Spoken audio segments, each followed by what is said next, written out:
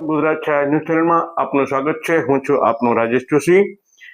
અત્યારે મળી રહેલા એક ચોંકાવનારા અહેવાલોમાં ભાવનગરમાં આમ આદમી પાર્ટીમાં એક સોશિયલ મીડિયામાં લેટર બોમ્બ ફૂટી રહ્યો છે। આ સોશિયલ મીડિયામાં જે લેટર બોમ્બ ફૂટ્યો છે તેમાં આમ આદમી પાર્ટીની એક મહિલા કાર્યકર દ્વારા આત્મવિલોપનની પણ ચીમકી આપવામાં આવી છે।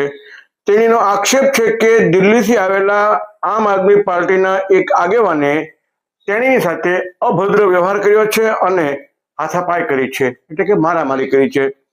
મહિલા કાર્યકર્તાએ આરોપ લગાવ્યો છે કે રાષ્ટ્રીય હોદ્દેદારો અને ભાવનગર સંગઠનની હાજરીમાં આ ઘટના બની છે। પત્રમાં આમ આદમી પાર્ટીના રાષ્ટ્રીય જોઈન્ટ સેક્રેટરી, શહેર પ્રમુખ સહિતના પદાધિકારીઓ સામે પણ ગંભીર આક્ષેપો કરવામાં આવ્યા છે। આ ઉપરાંત જવાબદાર લોકો સામે કાર્યવાહીની પણ માંગણી થઈ રહી છે। સાથે જ રાજ્ય પોલીસ અને કોર્ટમાં ફરિયાદ કરવામાં આવી હોવાની પણ પત્રમાં જાણ કરવામાં આવી છે।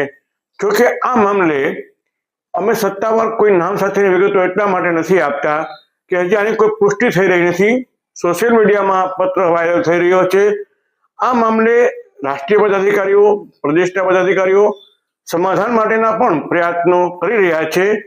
આ સમગ્ર ઘટનાને અમે કોઈ સમર્થન આપતા નથી, પરંતુ સોશિયલ મીડિયામાં જે પ્રમાણે પત્ર ફરી રહ્યો છે તેની વિગતો આપી રહ્યા છીએ।